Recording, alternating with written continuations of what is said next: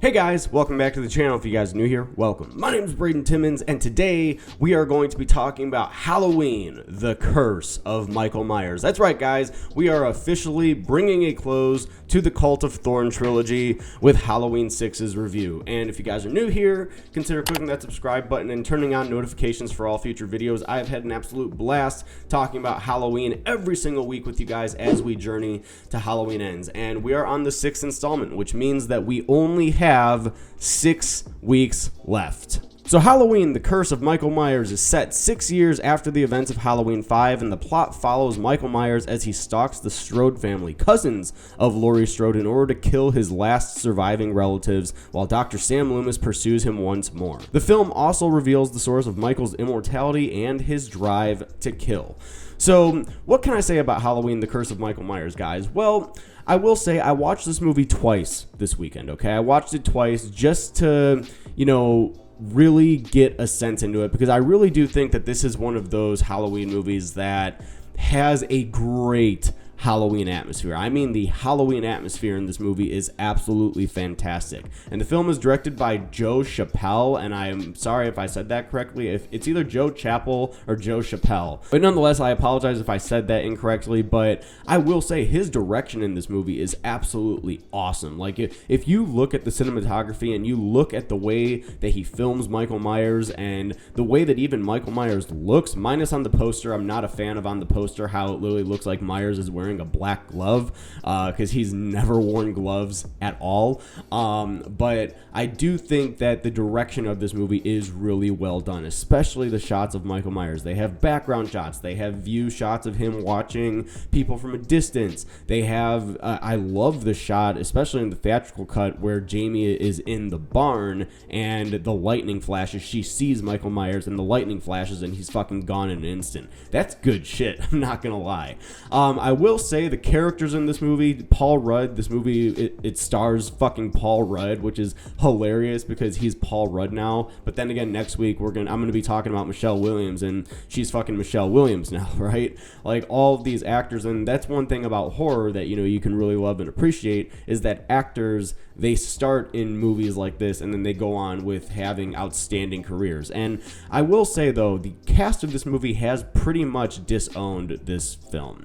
They don't really like to talk about it. They don't like to really hear that much about it. And it is, I believe, mostly because this production was bombarded by the fucking Weinsteins. Like, Harvey Weinstein was absolutely terrible when it came to horror. He didn't have great taste in horror. And I mean, just this production, if you read about the history of it, it really underwent a whole lot of reshoots, and that was due to studio interference. Like, the screenwriter Daniel Farrands, who did write this movie, even said that hospital scene, the hospital massacre scene, he didn't even write. He said that actually underwent reshoots without him even knowing that they were going to be reshooting anything. He said that wasn't written. They brought in alternate writers to write alternate scenes to make some things maybe a little bit more gory, or maybe to make it seem like Michael Myers is a little bit more scary. And I will say that while that is definitely one of the most iconic scenes of the entire franchise,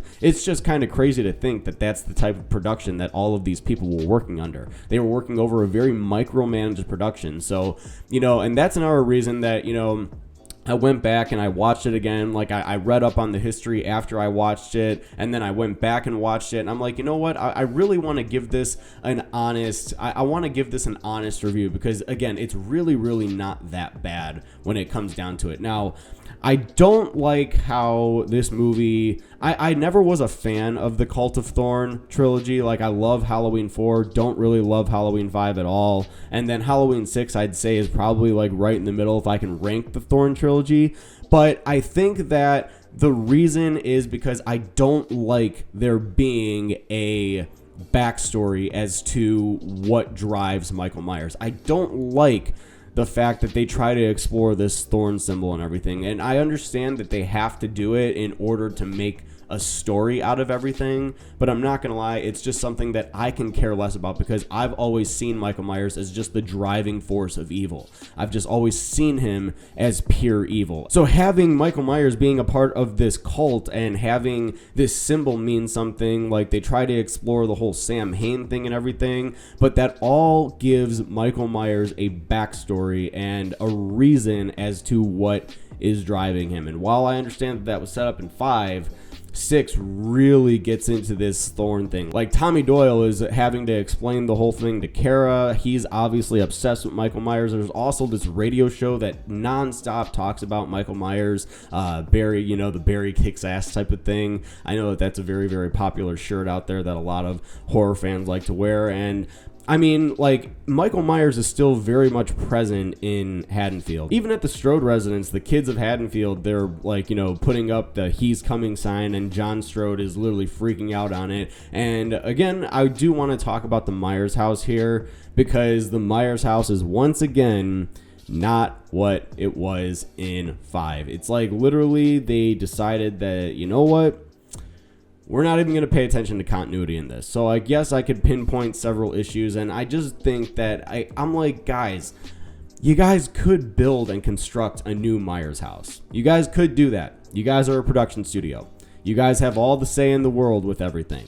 You guys have the opportunity to build and construct a house that looks exactly like the Myers house from Halloween 1978. It couldn't have been that hard.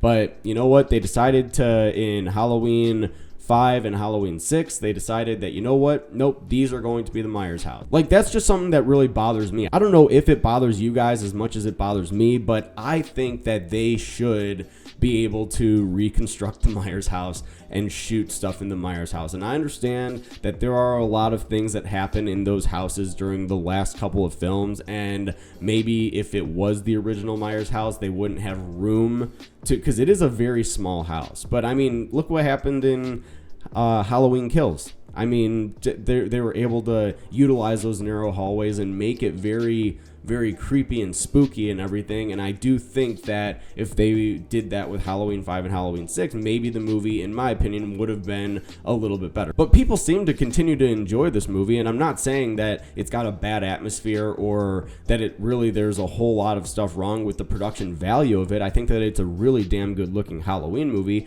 There are 2 different color grades, though, I will say that. If you watch the Halloween 6 theatrical cut, there's more of a cool feel to it, but if you watch the producer's cut, it's more warm and feels more like it's taking place over the summer. And again, that all has to do with studio interference and everything. Okay, let's talk about this Jamie Lloyd thing, because that's something that I haven't gotten to yet. Jamie does die very, very early in this movie, and in the beginning of this film, we see that she does have a baby, and it's apparently Michael Myers' baby. This cult apparently had Michael Myers have sex with his niece and conceive a child out of it, and they're supposed to be using this child for some sort of ritualistic practice. That's what this cult is doing. And Dr. Wynn, who has worked with Dr. Loomis for all these years, is the cult leader. And so this whole movie really is about Michael Myers and this cult trying to find this baby. And the producer's cut gets very much more into detail with that, whereas the theatrical cut just kind of, breezes over it. Jamie does have a very brutal death, and that's another thing about this movie, is the kills is absolutely fucking brutal in this movie. Michael's probably the most violent that he's been in the entire franchise at this point. And the mask, he actually looks creepy. I will say the actor that plays him is just a little chunky, which I believe it's the same guy that played him in Halloween 4. It is the same guy that played him in Halloween 4, but he actually looks a little bit better than he did in Halloween 4, especially with the mask. The mask actually looks creepy. There are times like where there's not one time where you see the mask and you can see his eyes or anything like that. There's not one time where you look at him and he's not actually creepy to look at, like whether he's across the street or whether he's right in front of you. I really like the way that Michael Myers is shot in this movie, and I'd say that George P. Wilbur, he's not as stiff in this movie as he was in Halloween 4, so I did really appreciate that. And then in the producer's cut, Jamie actually survives just to get killed off at the very end, which doesn't make any sense. You know, it's like she had nothing else to offer this movie, so I'm really confused as to why they decided to, you know, keep her around and everything when their goal was to just kill her at the very end of the movie. And can we talk about this ending, man? The ending of Halloween 6 is honestly the most abrupt ending ever. I do not like the ending of this movie at all. Whereas the producer's cut has more of an ending, but the theatrical cut has, in my opinion, one of the most inexcusable endings ever. Like, I mean, we just like fade out to Paul Rudd walking away. Then it literally just cuts to them in a car talking to Dr. Loomis, and then this Jeep just drives off, and then we hear Dr. Loomis yelling in the background. Not really sure why, as it pans down on the mask, and then it shows the house and we get the jack-o'-lantern, and then it fades to the credits.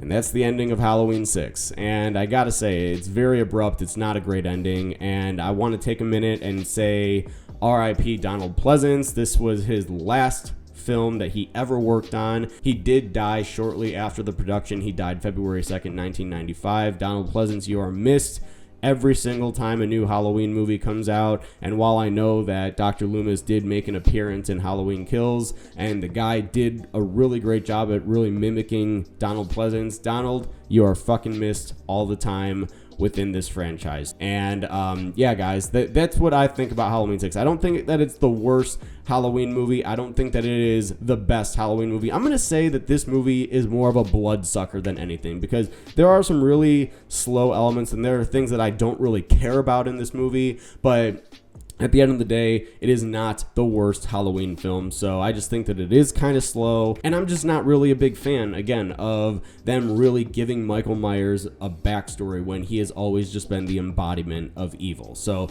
with all that being said, post comments down below. Let me know, what do you guys think of Halloween 6, The Curse of Michael Myers? Do you guys love it? Do you guys hate it? Do you guys kind of find it somewhere in the middle? Whatever you guys' thoughts are, comment below, let me know. And as always, if you guys like this, don't forget to join me on my journey to 10,000 subscribers, and I will see you guys in my next video.